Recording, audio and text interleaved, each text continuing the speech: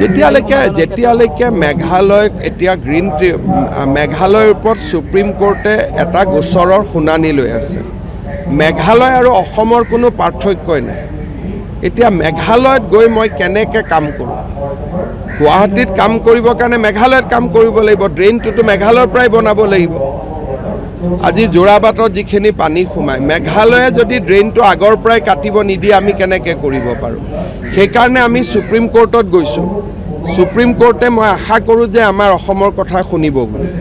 আৰু আপোনালোকে যদি চায়, মেঘালয়ৰ লগৰ জেগাখিনিতহে পানী হয়। বাকী নেশ্যনেল হাইৱেত এটা জেগাত পানী হয়, বাকীটো মোটামুটি কণ্ট্ৰলত থাকে। কিন্তু মেঘালয়ে আমাৰ গোটেই কষ্টখিনি পানীত পেলাই দিয়ে। এতিয়া তাৰ কোনো চাইণ্টিফিক মইতো নাভাবোঁ যোৰাবাটৰ পানী এতিয়া পাহাৰখনৰ পৰা ডাইৰেক্ট নামি আহে। আপুনি কেনেকৈ কমাব যদি মেঘালয়ত গছ গছনি নাথাকে? সেইকাৰণে এইটো এটা বহুত ডাঙৰ চেলেঞ্জ। তাৰ মাজতে আৰু বছৰত 2-3 দিন আমাৰ সকলোৰে কষ্ট হয়। কেনেকৈ দূৰ কৰিব পাৰি আমি চেষ্টা কৰি আছোঁ। সুপ্ৰিম কোৰ্টে ভাল জাজমেণ্ট এটা দিব বুলি আমি আশা কৰিছোঁ। 17 তাৰিখেও হপায় সুপ্ৰিম কোৰ্টত কেছ আছে, এই মাহৰ 17 তাৰিখে।